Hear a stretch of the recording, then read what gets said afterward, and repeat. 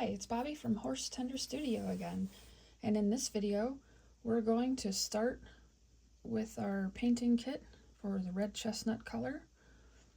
In the previous video I went over all of the supplies that you'll get in the kit, and I mentioned a couple of extra things that you'll need: water and paper towels. And in this video we're going to mix up some paint, and we're going to start putting the base layer on our horse, the body color. So you'll need your first little strip of paint pots, A through C. We're going to be using A and B. You'll need a couple of your popsicle stick scoops to get your paint out. You'll need at least one little toothpick for stirring. You'll need your palette. Yours will be empty. I've got a couple of saved things here. You'll need your horse.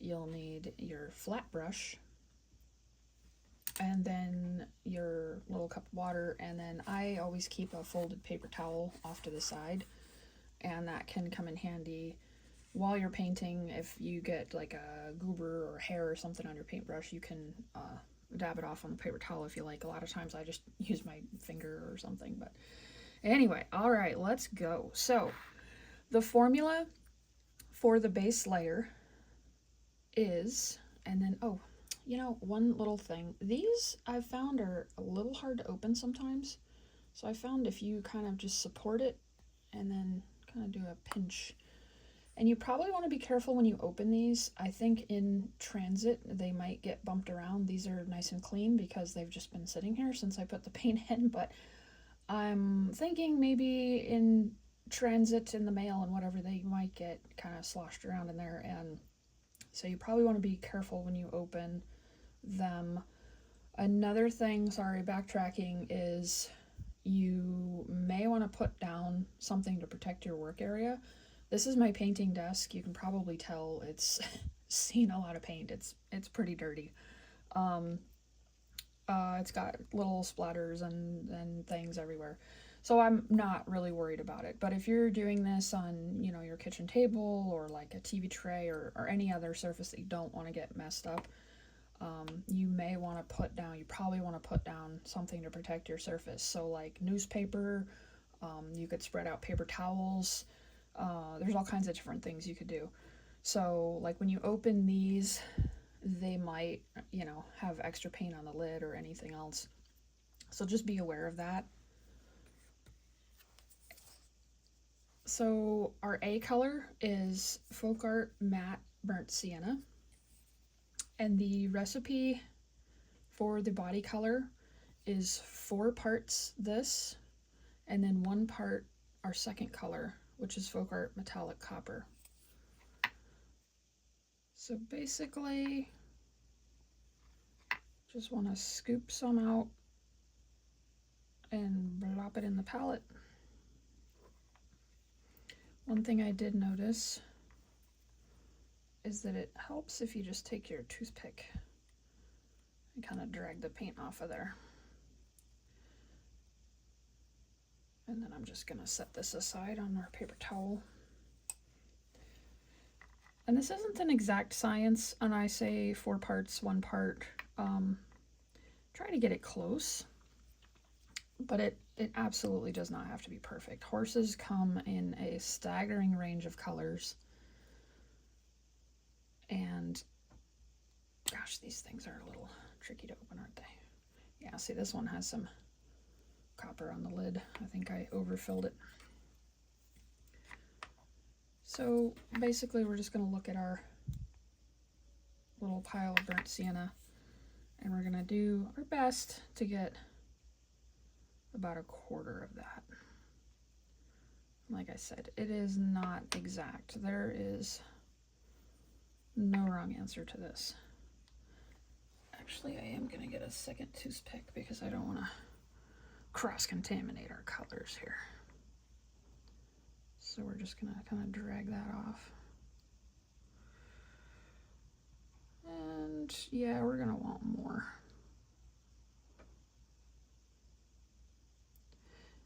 And as time goes on, I may find a better way to portion out the paints, or if you find a better way, feel free to share. Working out of these little paint pots is a totally new thing for me. I've been playing with them over the last couple of weeks since I decided to do these kits.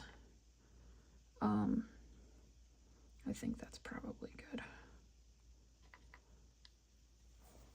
So this aspect of it is new for me. Close that up so we don't have any spillage. And then I'm just going to go ahead and that's what I ended up with.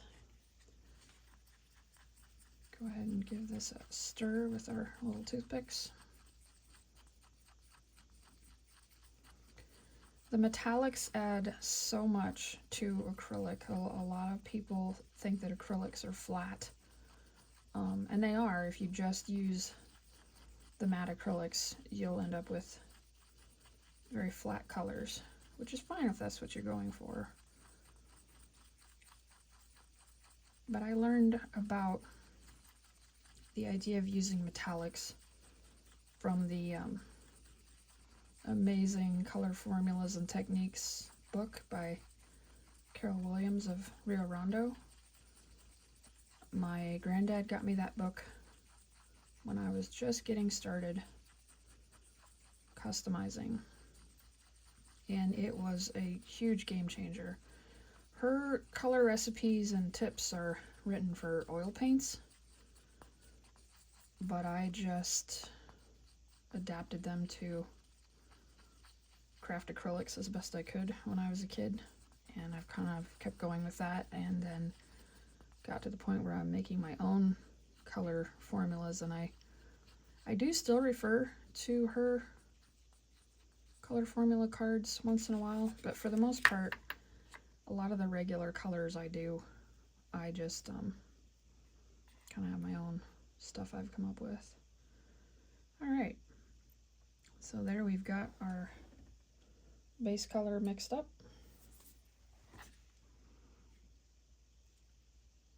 And that looks pretty good. So let's start putting paint on a horse finally, huh? I'm going to be painting the mini magnolia.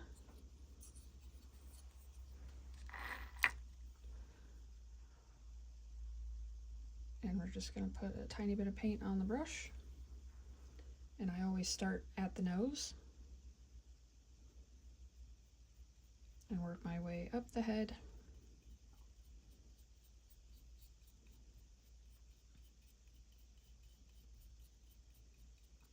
One thing that people say is a negative about acrylics is that they dry quickly, and that is definitely true.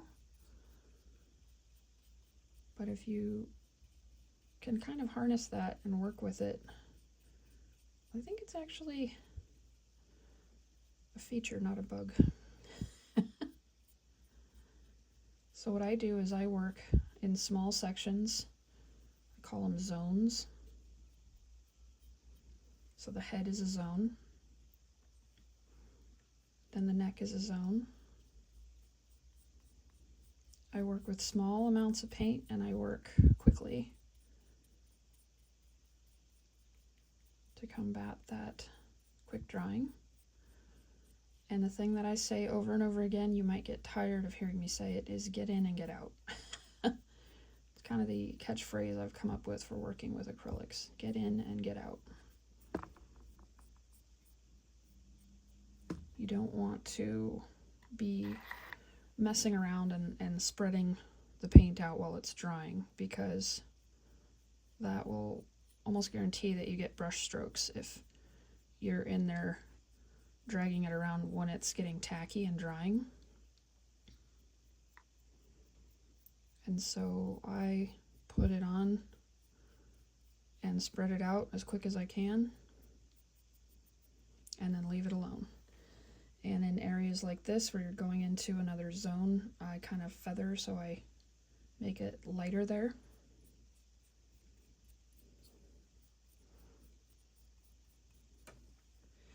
We can come back and put a little bit on the chest.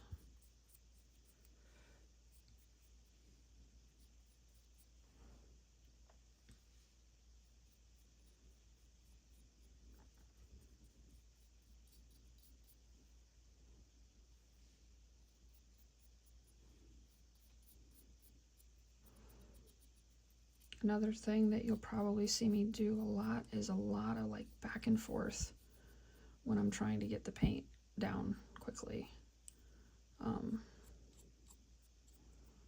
I tend to be very hard on my brushes.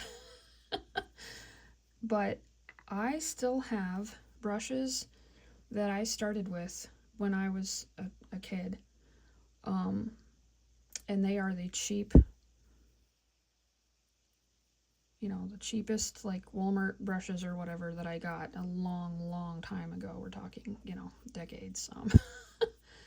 And I still have some of those brushes, and I have just been beating the crud out of them, and they are still fine.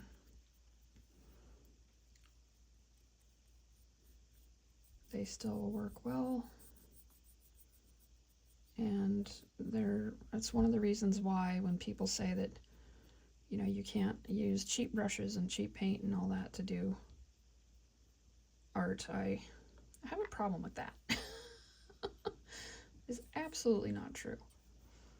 So here I've done the barrel, and since there's a big area that'll be kind of left, that's where I do the feathering I talk about. You can see that there's just barely paint in those areas. Now we're going to go into the hip.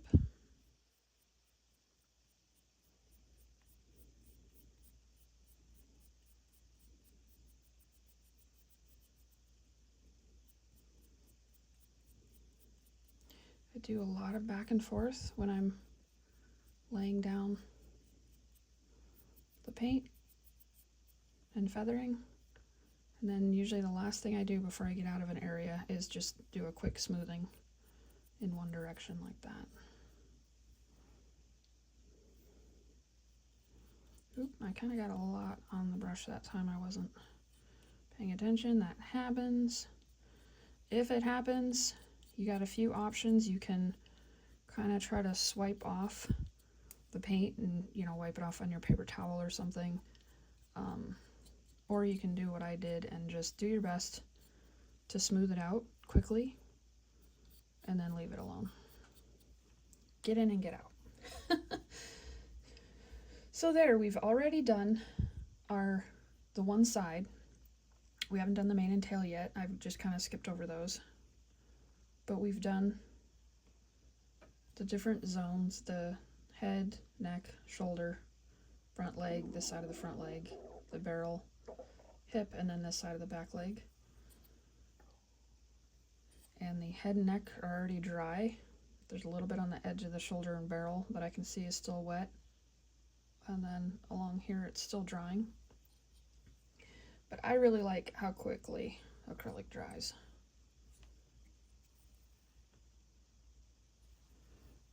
Then we can flip her around, and we'll do the same thing on the other side.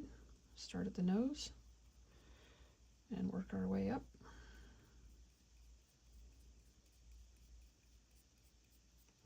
I stop like right at the edge of the cheek there. And don't worry about getting paint in every little crack and crevice on the horse, especially your first, even second coat of this base color. Because if you're in there messing around trying to get every, like, see there's a spot under her chin that isn't painted. If you're messing around trying to get every little thing in there, the paint is gonna start to set up and get tacky, and that's when you'll get brush strokes and you'll just cause other problems for yourself. So we will come back and we will get all of the little areas that get missed over. Kind of feather into the shoulder there.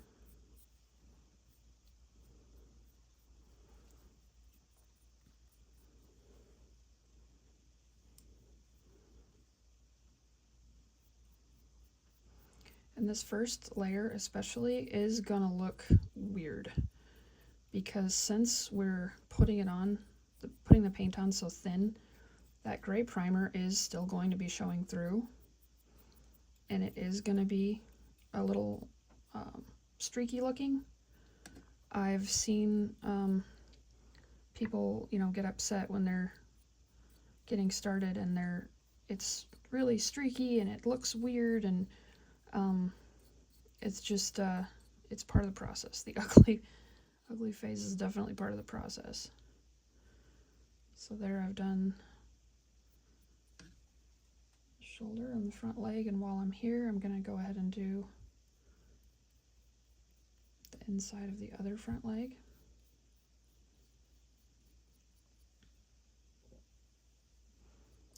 Yeah, the first layer of this body color usually looks pretty weird, and even the second layer.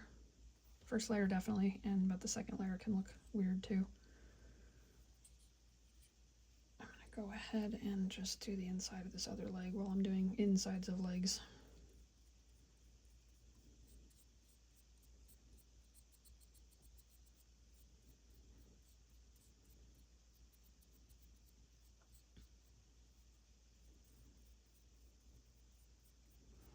And we'll put some on her chest.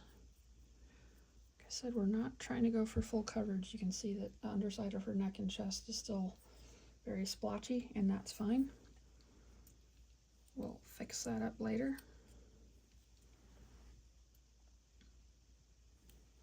So the barrel is kind of a scary area, I call it, because it's a big, relatively big part to paint, and there isn't as much of a good dividing line like there is, up here you've got the cheek and here you've got the lines of the shoulder. This is kind of just a big area. So I definitely try to work fast in through here because there's a lot of space to cover.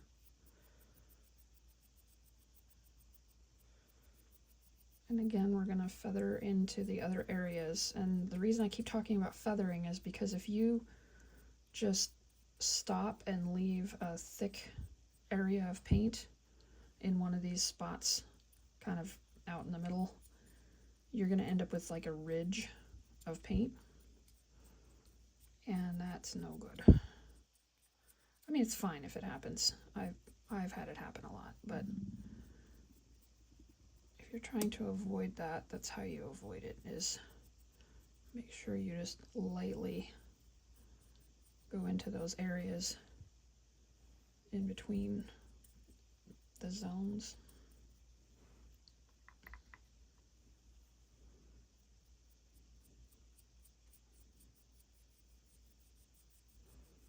And we're going to do the hip, the top of the hip. Feathering up against that paint that we just put on from the barrel because we don't want to go too far into it. It's drying on us already.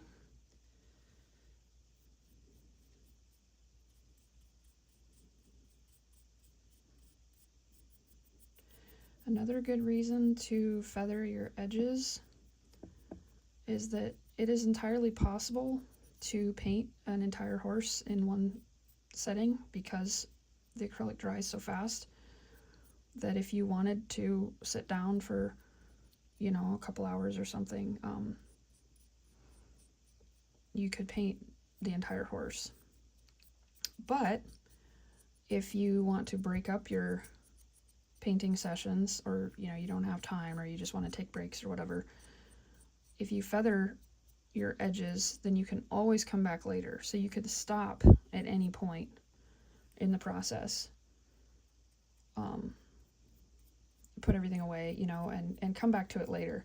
And if you've feathered your edges, even if you only get like half of this base coat done or just a little part of it, you can come back later and it'll be totally fine to pick up where you left off and keep, just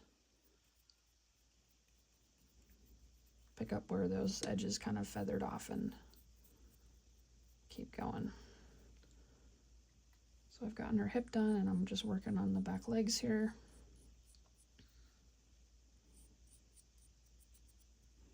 Just kind of spinning her around. We'll do the inside of her other back leg.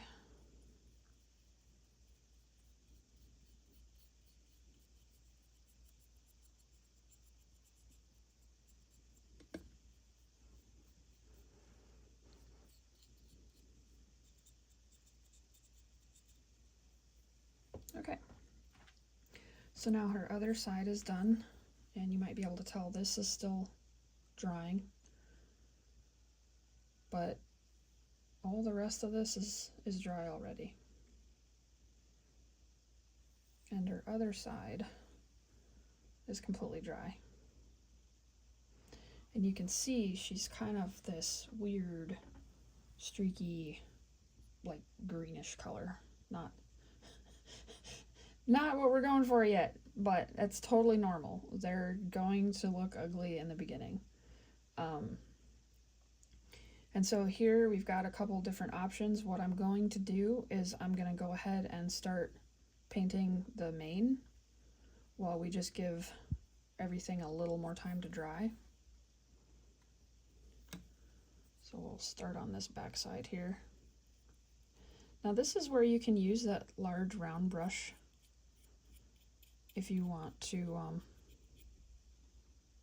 get the paint into like all the cracks and stuff easily. What I usually do is I just keep using the flat brush, and you might have to kind of use a little more paint to push down into the mane.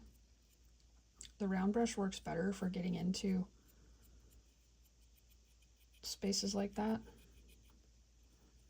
but for me, most of the time, instead of switching brushes, I just kind of keep going with my base brush here, the flat one.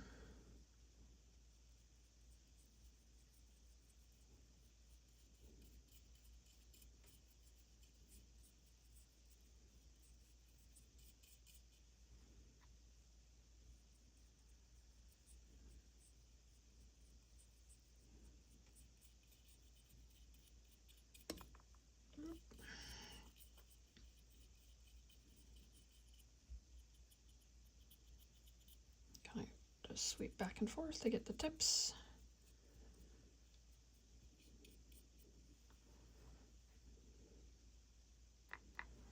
And then if you want, at this point, you could work on the ears and kind of some other spots.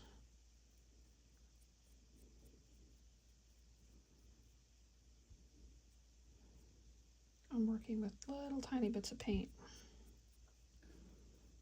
Just barely dipping the brush in the paint and trying to get it worked in around the ears, forelock.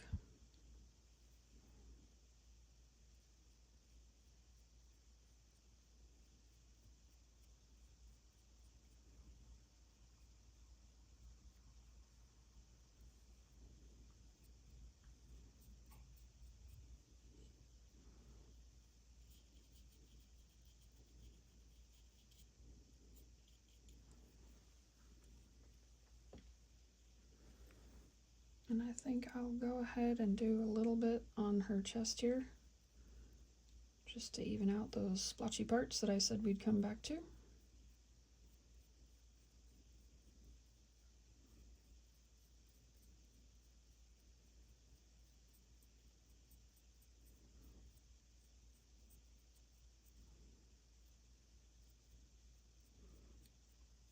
Kind of feather it into the rest of the color. Oh, there's a spot underneath here.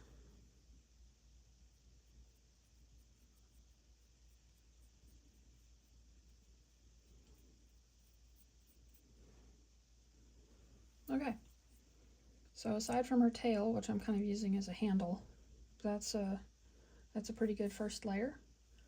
She's pretty much completely covered. Oh, I see a little spot on her butt back here. I'm going to go ahead and just grab that while we wrap up our first layer. I think what I'll do is I'll just do separate videos for the different layers. That way we don't end up with a video that's super long. See how it goes. But yeah, so this is our first base layer and basic tips on applying that with acrylics. And do not be discouraged by how it looks right now, because she's kind of a greenish color and very streaky and not looking great right now. but that is totally fine. This is what we're going for. We're going for not looking great. So I'm gonna go ahead and set her down, and I am gonna let her dry a little bit longer. You can totally just, while I'm talking, I'm gonna get this little bit here. You can totally just keep spinning them around, and this is what I do when I'm painting, is I will paint one side, I'll turn them around, I'll paint the other side, I'll turn them around, I'll paint this side, and just keep going. And usually it's 3 layers of the base color to get everything covered and even and looking good, ready to go. So you can keep going like that, but I'm going to set her down and I'm going to let her dry for a few minutes, and then I'll start up another video and be back to do the second layer and third layer and on and on. But thanks for watching, and I'll see you again shortly. Talk to you later. Bye.